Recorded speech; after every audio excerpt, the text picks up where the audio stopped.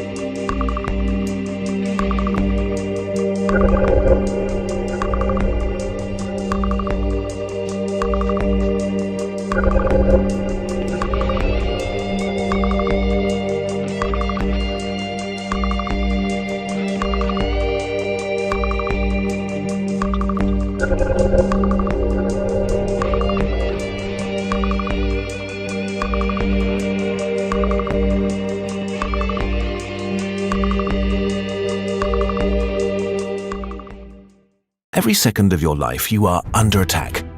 Billions of bacteria, viruses and fungi are trying to make you their home. Still, our bodies have developed a super complex little army with guards, soldiers, intelligence, weapons factories and communicators to protect you from, well, dying.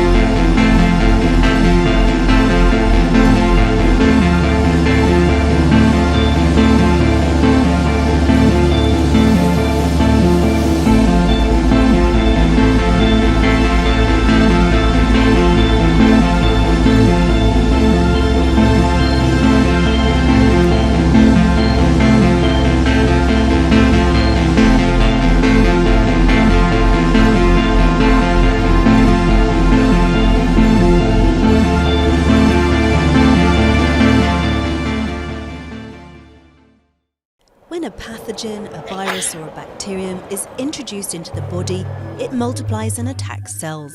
This is known as an infection. Recognising this microbe as a foreign body, the immune system deploys two defence strategies using various types of white blood cells.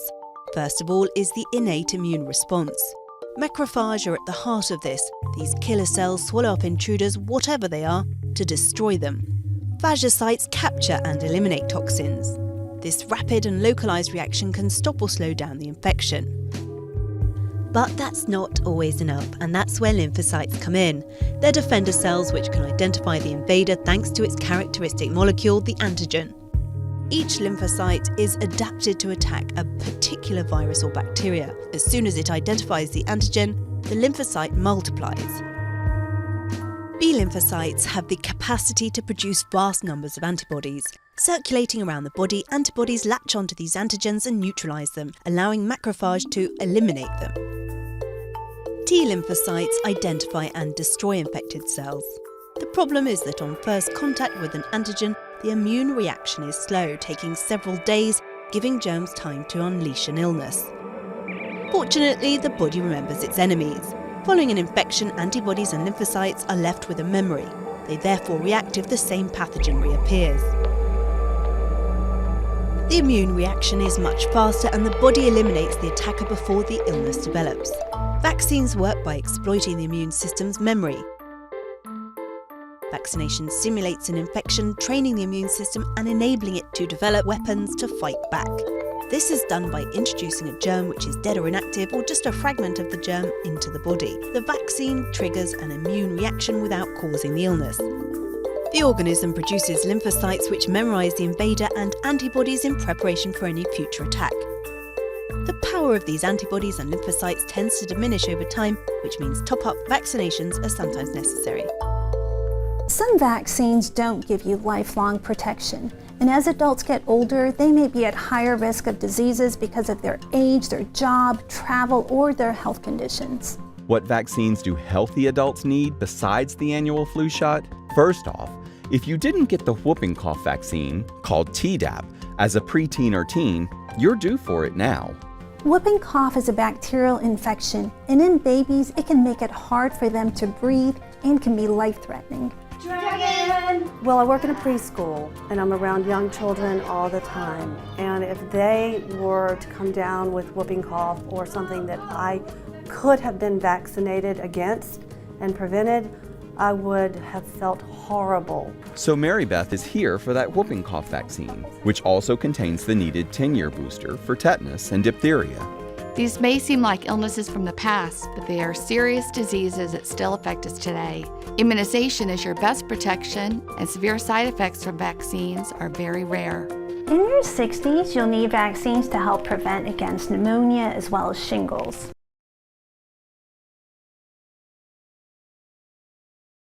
Pediatrics immunizations are designed to stimulate the immune system in our infants and children to protect them against various viral and bacterial illnesses.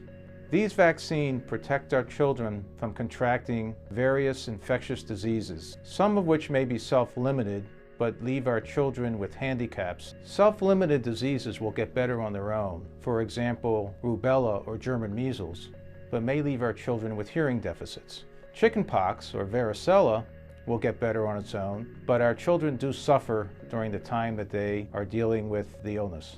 We start giving pediatric vaccines in the newborn nursery, where within the first 24 to 48 hours of life, the hepatitis B vaccine is administered.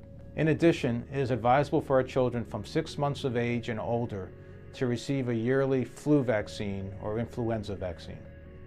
There are potential side effects from all of these vaccines, but the potential benefit in protecting against illness far outweighs the potential risks. In the past few years, there has been a lot of discussion about whether vaccines can lead to autism. All of the studies have proven that there is no link between pediatric immunizations and autism. In my 20 years of practice, I have already seen decline in ear infections, pneumonias, and meningitis since we started giving both the Hib vaccine and the Prevnar vaccine, which protect against bacterial infections that cause these common illnesses.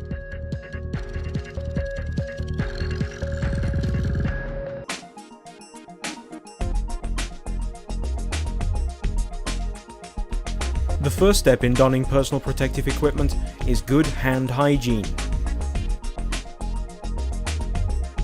The second step of the procedure is donning the gown. The gown should be fastened at the back of the neck and the waist by tying a bow.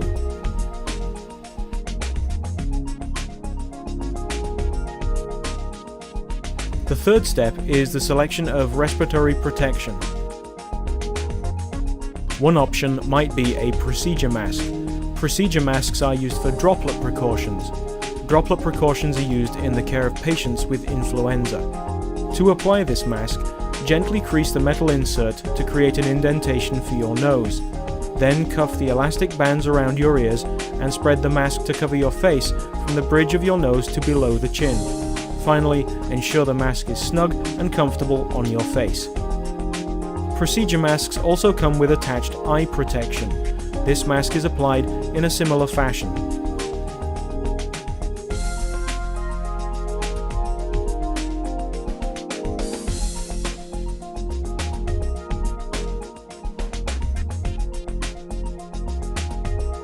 Respirators act as a filter to prevent small particles from entering the airway of the person wearing them. A respirator should be fit tested annually in order to ensure a good seal. The properly sized respirator should always be used. Place the respirator on your face and position the straps at the back of the head and at the base of the neck.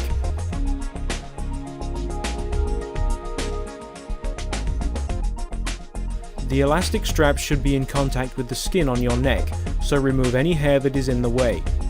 Press the mask along the edges to seal it to your skin. Finally, breathe deeply in and out, feeling for any areas where air may be escaping along the edges. Respirators can be shaped to fit the face or be folded. Folded respirators are applied in a similar fashion, ensuring that the respirator is fully unfolded and has a tight seal with the skin.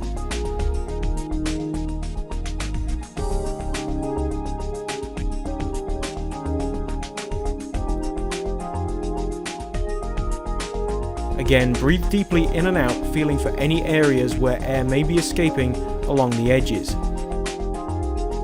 Facial hair will prevent the respirator from making a tight seal with the skin. Even a small amount of stubble will compromise the seal and reduce the protection provided by a respirator. If the respiratory protection you selected does not have attached eye protection, eyewear should be selected next. Protective eyewear might be safety glasses or goggles. Many shapes and styles are available. The final step in the procedure is the application of gloves. Ensure that the cuff of each glove covers the wrist of the isolation gown. A secure fit will prevent gapping while providing care to the patient.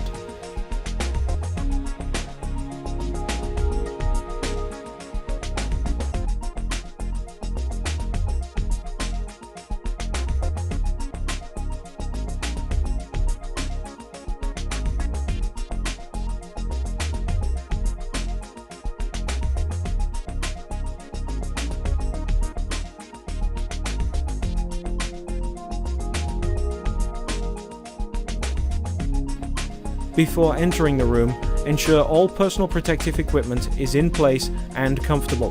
This will prevent you from adjusting your personal protective equipment while in the patient care area and potentially contaminating unprotected areas of your body. You are now ready to provide care to your patient. We all know about the growing threat of antimicrobial resistance and have seen the headlines about superbugs and nightmare bacteria. Unfortunately, this threat is very real. Now more than ever, it's critical that we work together to contain these drug-resistant pathogens and the infections they cause. Keeping our hands clean is one of the most important ways to prevent the spread of infections. Every time we enter the patient zone, we can get dangerous germs on our hands and spread them to ourselves or to other patients. Sometimes we don't clean our hands as often as we should, not because we mean to do harm, but because it's a daunting task. Some of us might have to do it 100 times a day. It takes dedication, mindfulness, and time. Our patients' lives depend on it. Let's applaud the efforts and improvements we've already made. Increases in hand hygiene adherence have led to decreases in healthcare-associated infections. At the same time, we know there is still room for improvement. We can all do better. Our clean hands count. Now, more than ever.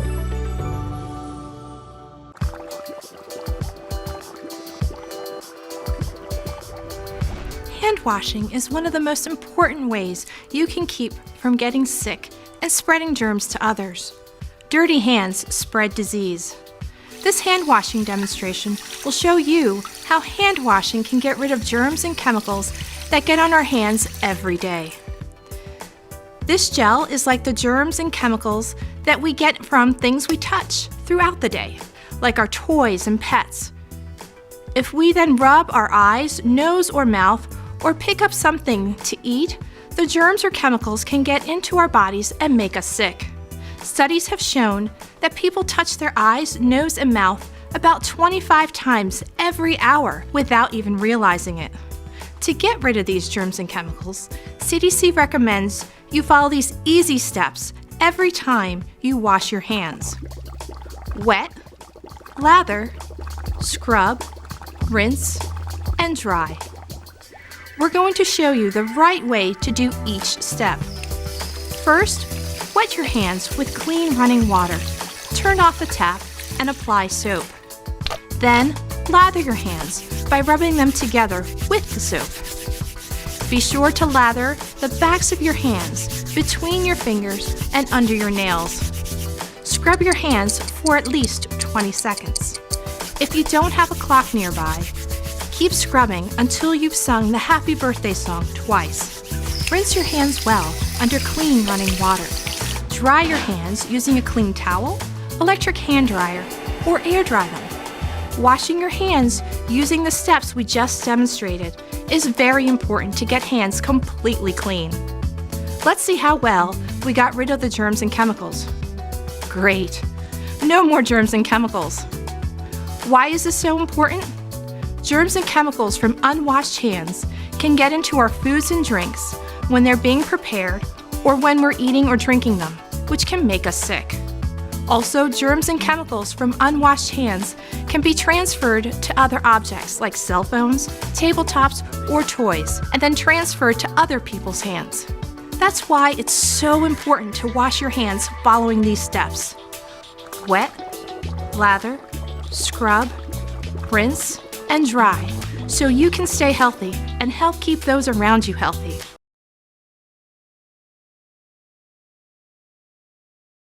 One out of every 20 people who end up in the hospital this year will contract a healthcare-associated infection, or HAI. A staggering 1.7 million HAIs are reported in the United States every year. According to the Centers for Disease Control, 99,000 people die from these infections annually. No one group is safe from healthcare-associated infections. More than 33,000 newborns in high-risk nurseries contract them, while nearly 20,000 healthy newborns suffer infections before they leave well-baby nurseries for home. Statistics for children and adults are even more compelling. Nearly 500,000 people in intensive care units end up with infections, and more than 3 times that number of patients outside ICUs contract an HAI. But these deaths don't have to occur, and these infections can be stopped. The Centers for Disease Control make it clear that cleaning and disinfecting environmental surfaces in healthcare facilities can greatly reduce the spread of HAIs. Knowing the enemy is the first line of defense in keeping HAIs at bay. The CDC has identified the 10 most common pathogens found in healthcare facilities. They're responsible for 84% of all healthcare-associated infections. These pathogens include multi-drug resistant pathogens like MRSA, VRE, E. coli, and P. aeruginosa. Having a product that can disinfect thoroughly enough to wipe out pathogens is imperative to keeping HAIs out of your healthcare facility.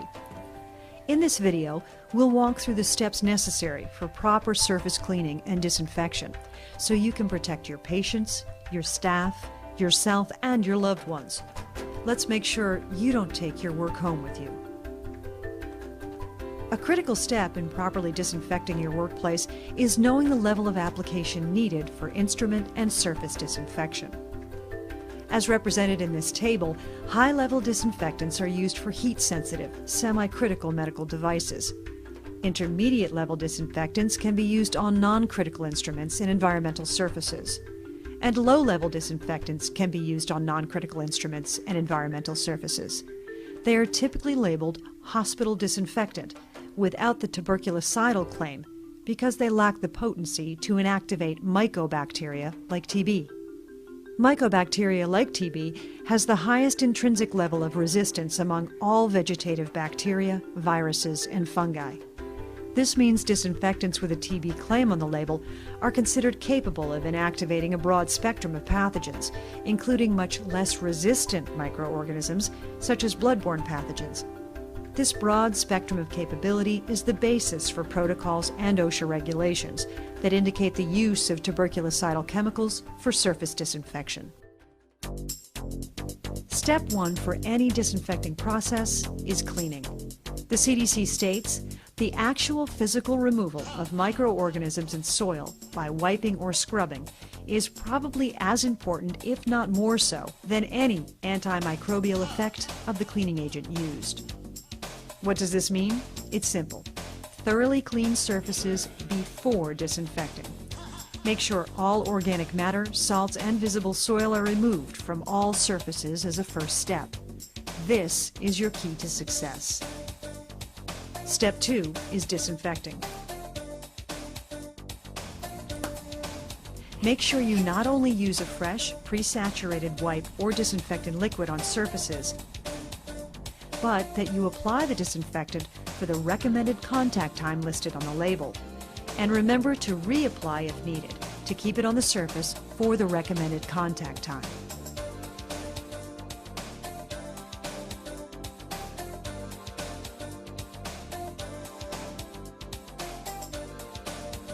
CaviWipes and CaviCide will clean and disinfect TB in just 3 minutes, and MRSA, HBV, HIV-1, and HCV in just 2 minutes.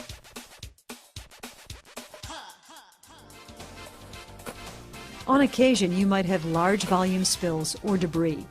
The CDC and OSHA recommend prompt removal of blood or body substances. You should first remove visible organic matter with absorbent materials, and then clean and decontaminate the area, as outlined previously in this video.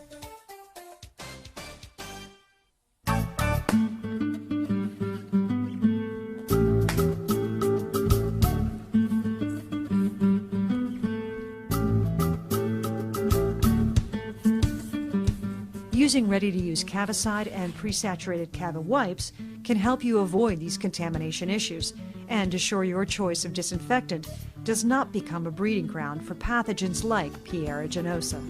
So remember, remove any large volume of body fluids or body substances with absorbent materials. Next, thoroughly clean all surfaces of any organic matter, salts, and visible soil.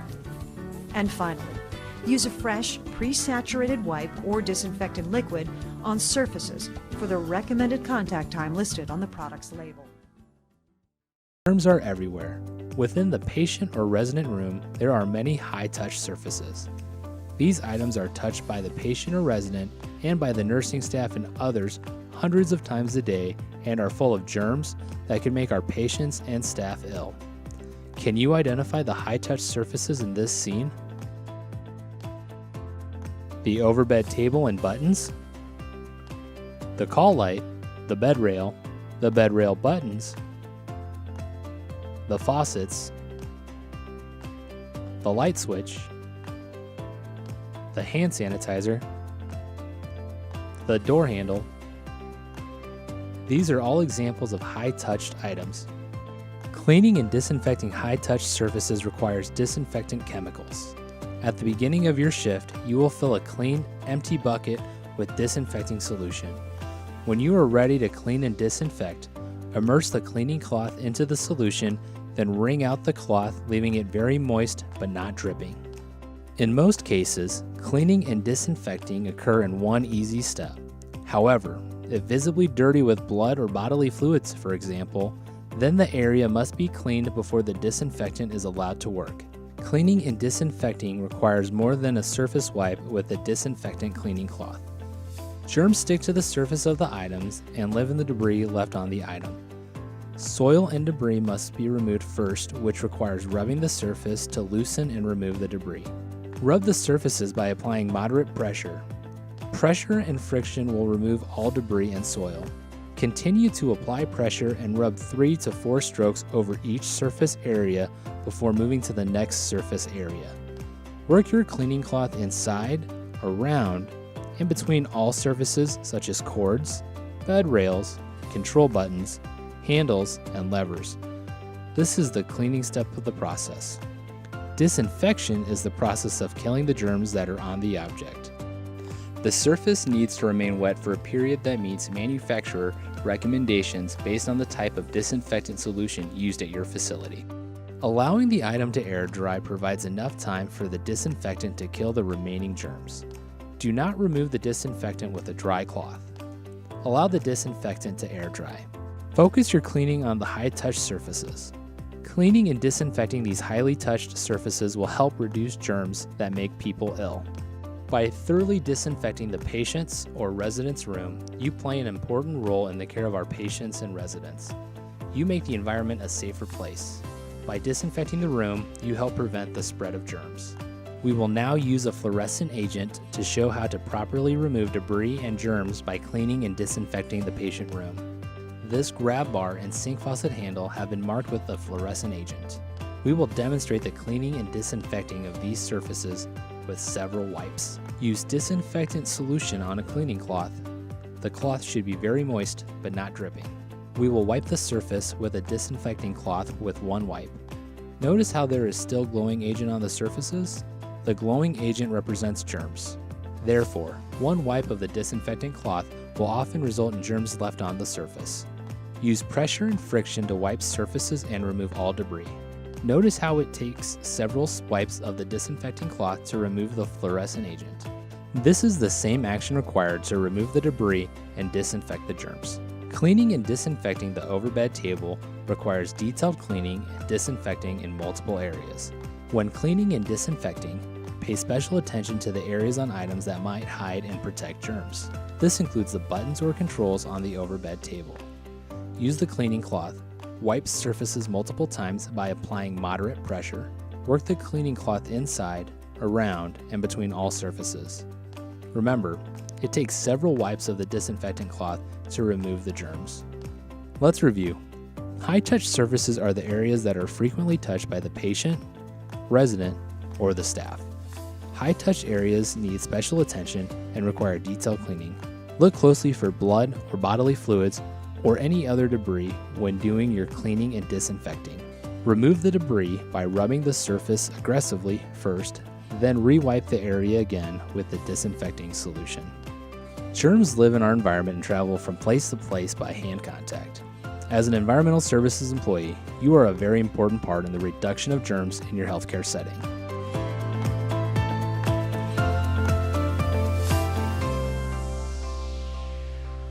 Norovirus is a germ that spreads quickly and easily from a sick person to others.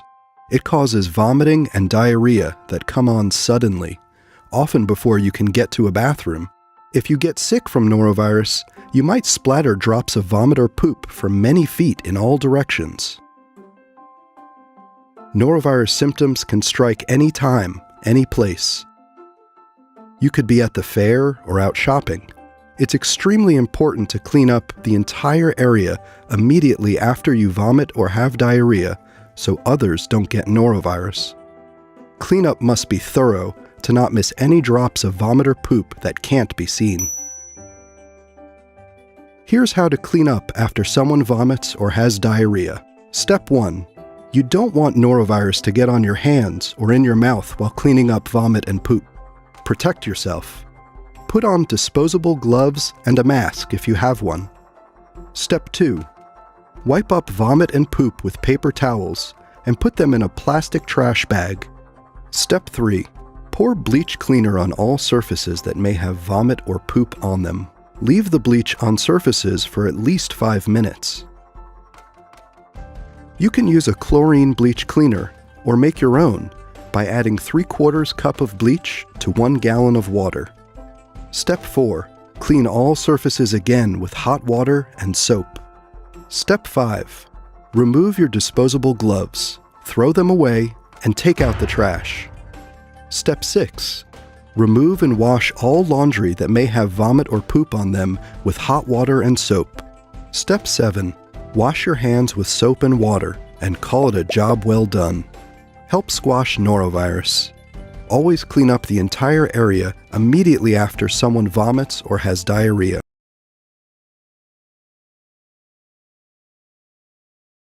Welcome to Ocean, where we aim to get things right first time. During the day, 5 minutes of a person's time is spent in the toilet. Building occupants have a social responsibility to provide visitors with clean facilities. We make a conscious effort to understand our customers' needs, as all toilet users expect good toilet facilities. We always aim to achieve high standard quality of service, thus contributing to a positive social environment. So how do we achieve this balance? A good standard of cleanliness starts with the way we look after our materials and equipment in the cleaning cupboard. So let's have a look. Cleaning equipment must be stored in the cleaning cupboard, which should be kept locked and secure when not in use. To reduce the risk of cross-contamination, distance must be kept between racks of differently colour-coded equipment so that they do not become in contact with each other. The colour code for toilet cleaning equipment is always red and should not be used to clean any other areas. In the cupboard you will also come across posters such as the colour coding poster, health and safety and environmental checklists, and product safety data sheets which provide you with COSH information. These are there for your personal safety, so it is important that you take time to understand them. Always remember, keep the cupboard door locked and secure at all times, keep colour-coded equipment separate, and the colour code for toilet cleaning is red. The equipment you will need for all your toilet cleaning tasks will be: for females, a tabard, and for males, a polo shirt, some goggles, gloves, a mask, 2 cautionary signs, a microfiber mop and broom which has red clearly marked upon the handle and on the bucket, a dustpan and brush, a white stitched microfiber cloth, a red stitched microfiber cloth, a red scouring pad, some daily use toilet cleaner, some neutral detergent, consumables, and a black bin bag.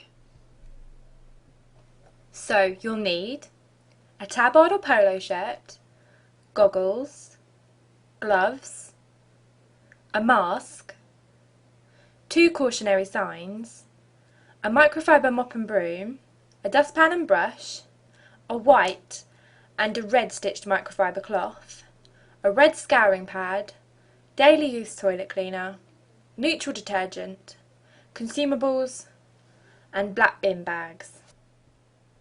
Whilst carrying out all cleaning tasks, you must wear your personal protective equipment. This includes a polo shirt if you're male and a tabard if you're female, a mask,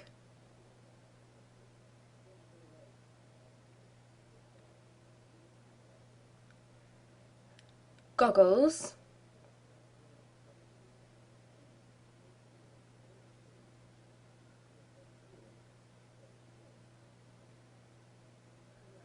and some gloves. This is for your own safety and must not be removed until you have completed all your cleaning tasks. For the toilet cleaning tasks you will need 2 cautionary signs, neutral detergent, daily use toilet cleaner, and 1 red and 1 white stitched microfiber cloth. Before you begin your cleaning tasks, you must place 1 warning sign outside the area you are cleaning and 1 inside the area you are cleaning. If people ignore the signs, please politely direct them to another toilet that is not being cleaned. To begin, flush the toilet with the lid closed if one is present, and then lift the lid. Reveal the water line in the toilet by pushing down the water with the toilet brush. Once the water line is revealed, tap the brush and return it to its holder. Now apply the daily toilet cleaner to the underneath of the toilet bowl rim and allow to soak. While you are waiting, you can continue with your other cleaning tasks.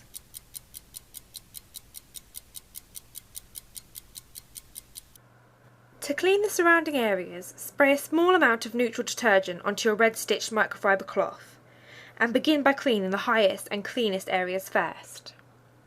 Do not use too much detergent as it causes smearing and creates extra work. Ensure you clean all the walls, the toilet roll holder,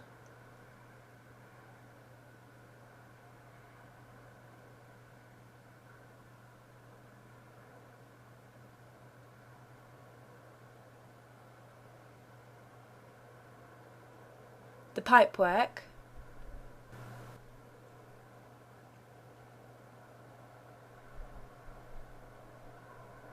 the cistern and its handle,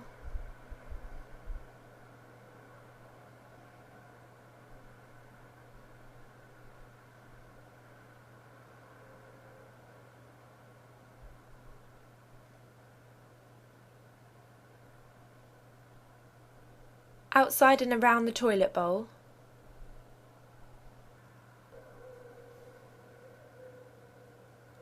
now using the white stitched microfiber cloth, clean on top and underneath the toilet seat,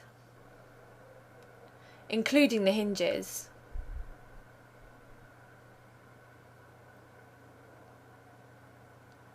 and always working from clean to dirty.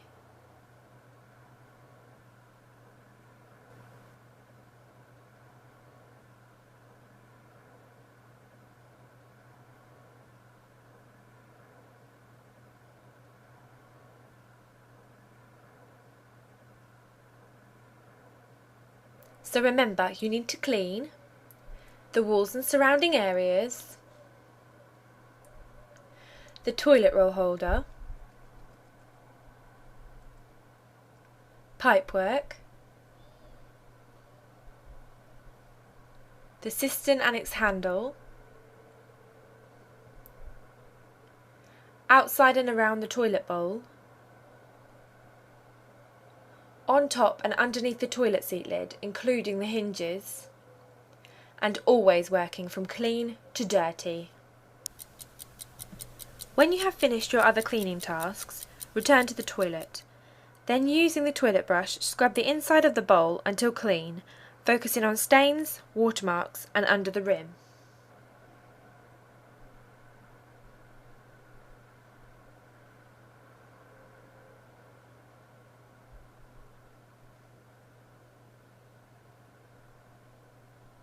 When the bowl is clean, flush the toilet, rinsing the brush in the clean water, then tap the brush to remove excess water and return it to the toilet brush holder. Then using the white stitched microfiber cloth, wipe away any splash marks and close the lid.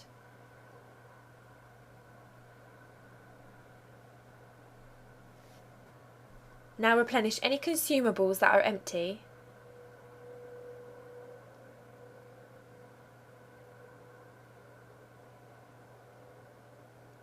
and wipe the door handles.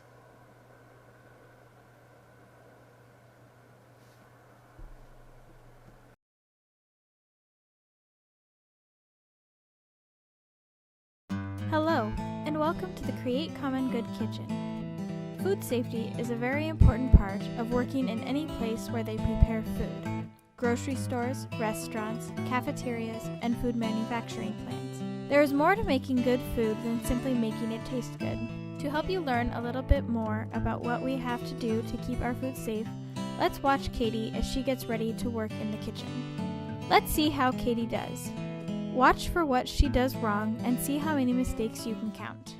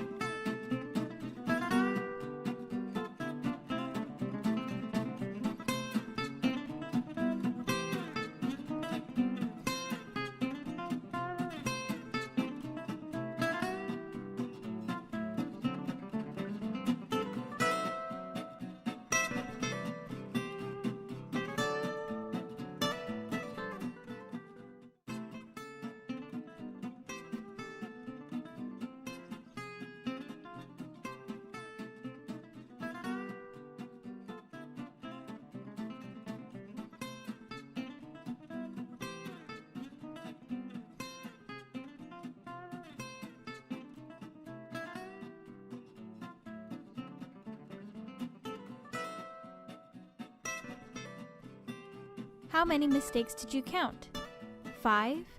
10? There were 15 mistakes. Let's go back and see what Katie should have done. Katie showed up to work looking a little sick and in dirty clothes. She didn't put away her coat properly, and she didn't put on her kitchen clothes. If you are feeling sick, make sure to tell your manager.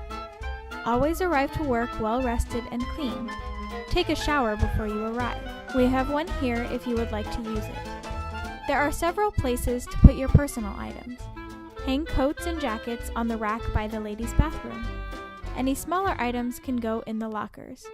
Clean chef's jackets go on this rack. Dressing the part is an important part for food safety. What is Katie wearing that isn't right? What about now? Take off all jewelry and watches. Ladies, make sure your hair is pulled back in a bun. Here's what it should look like. Always wear closed-toed shoes. Wear clean clothes. Everyone needs to wear a hat. If you'd like, you can also wear a chef's jacket. Katie walks into the kitchen and she doesn't wash her hands. She puts on her apron and goes straight to work.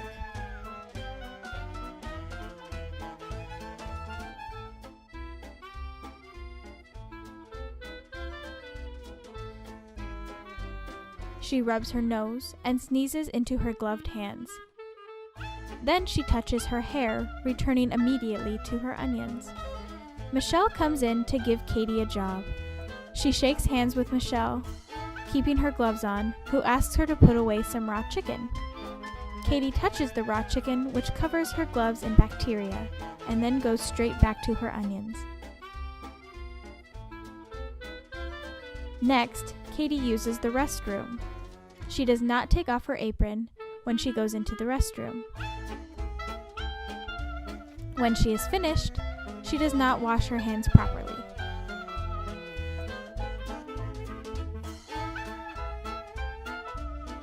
Last, Katie comes back into the kitchen without washing her hands. You must always remember to wash your hands whenever you come into the kitchen. Let's watch Katie as she shows us the proper way to wash our hands. First, rinse your hands under hot water. If it is too hot, add a little bit of cold water. We want it as hot as you can get it without hurting your hands. Get some soap and lather up. Make sure to get between your fingers, under your fingernails, and your upper arms.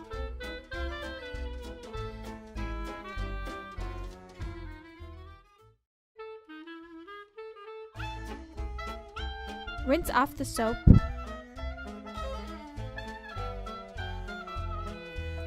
Dry your hands with a towel and turn off the water. The whole process should take 20 seconds.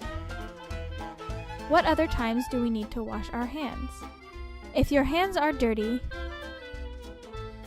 if you've touched your face or hair, if you've used your phone, if you've just used the restroom, or if you've changed your gloves. Remember, gloves are not to keep your hands clean, but to keep the food clean. Be very aware of what you are touching at all times. These are the times when you must change your gloves.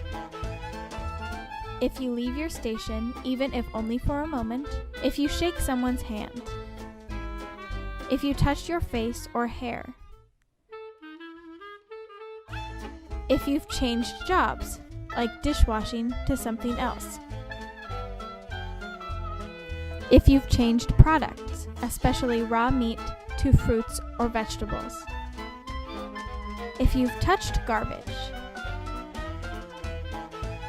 if one of your gloves has a cut or tear. If in doubt, change your gloves. Do not worry about wasting or throwing away the gloves. We want to keep food safe. Always take off your apron before using the bathroom. All employees must wash their hands after using the bathroom. Use proper hand washing technique and use the towel to open the door. Katie returns to work and feels like having a snack. Her granola contaminates the onions.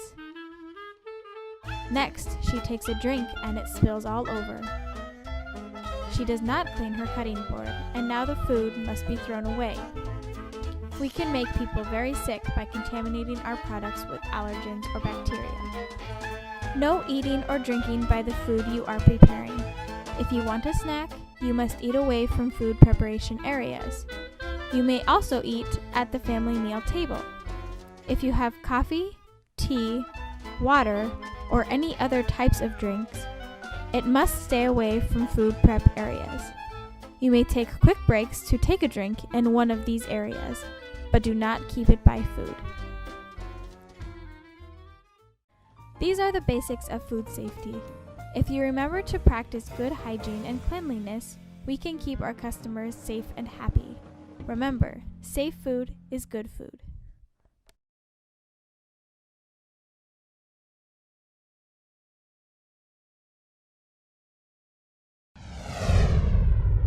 Our immune systems are designed to protect us, but it's also important for us to take care of them. So today I'm with Dawn Jackson Blattner, who's going to help us out in telling us why it's important to boost our immunity. Dawn, first things first, what is the immune system itself? So if you think about it, our whole body every single day is working hard to protect us from all sorts of things, from colds and flus to cancer. The immune system is everything.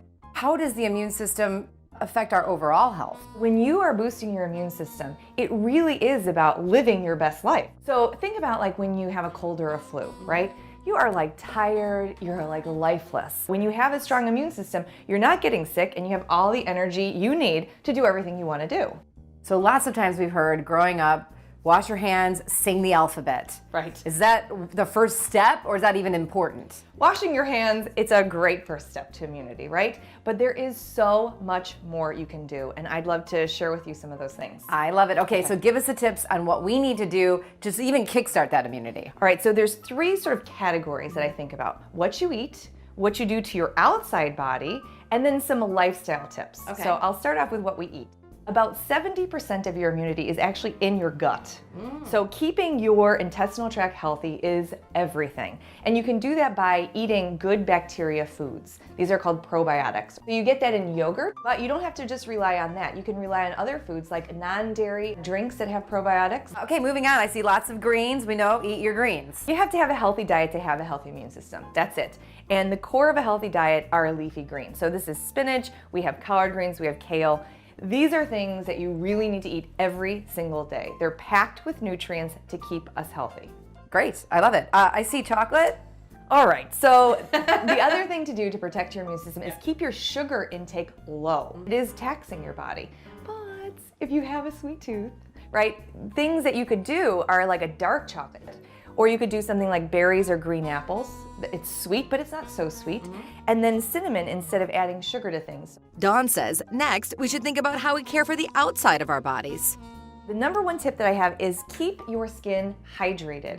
Because if you think about it, dry skin has like breaks and cracks in it, and that allows germs and bacteria to come in. I carry coconut oil that you could use as a hand cream or as like a lip gloss. And then, of course, water keeps your throat and your entire body hydrated. And I see, what else is over there? A little glass of water, and that's to remind me to tell you, every time you brush your teeth, morning and night, gargling with water. It doesn't even have to be salt water. Research shows that can help you stay healthy. I also love a neti pot. It's a little bit more modern. This then cleans your sinuses because you're squeezing in one nostril, water comes out the other. To do it every single day, that's too much. A couple of times a week. So we've got inside what we're putting in our body. We've got outside taking care of the outside of our body. Yes, and then there are lifestyle things. Okay. All right, so sleep.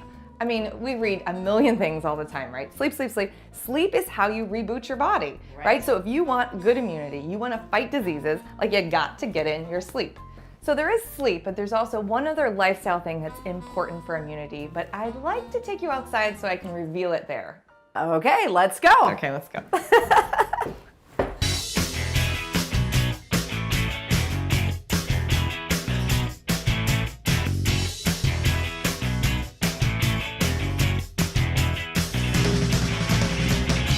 Okay, done. We've got what we put inside our body, we've got what we put outside our body, and we've talked about sleep. What is left to boost our immunity? Exercise, Jane. Dawn says it's one of the most important things you can do to boost your immunity. It showed me how it's done. We went for a run, but she says even a nice long walk will do.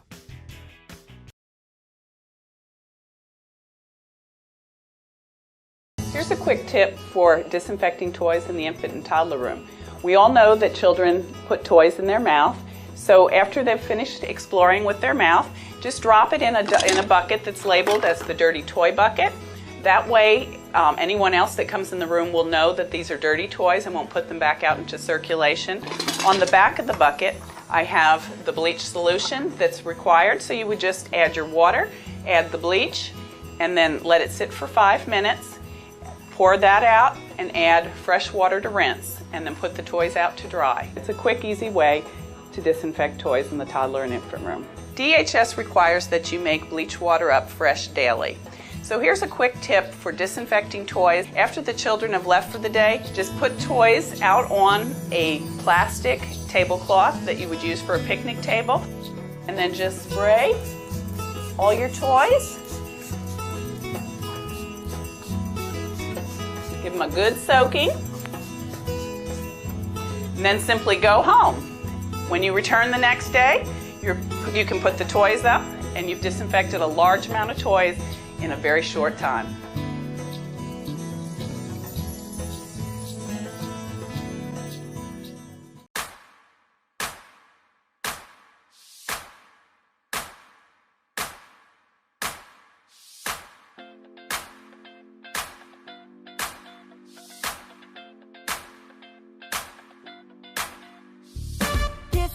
A hand wash, a PPE, contact precautions, all for them patients, the staff, and to stop infections. Remember it every time, gotta get it right.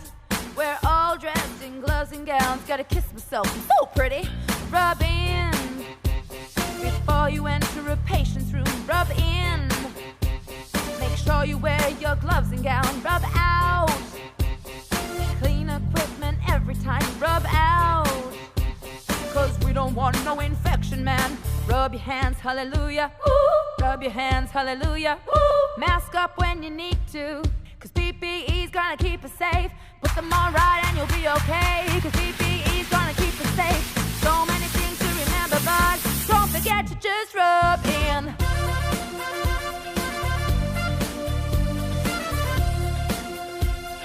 Don't forget to just rub out.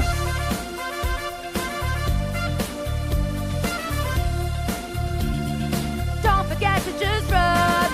Don't forget to just rub. Don't forget to just rub. Don't forget to just rub. Hey, hey, hey, hey, stop. Wait a minute. Filthy hands with bugs on them.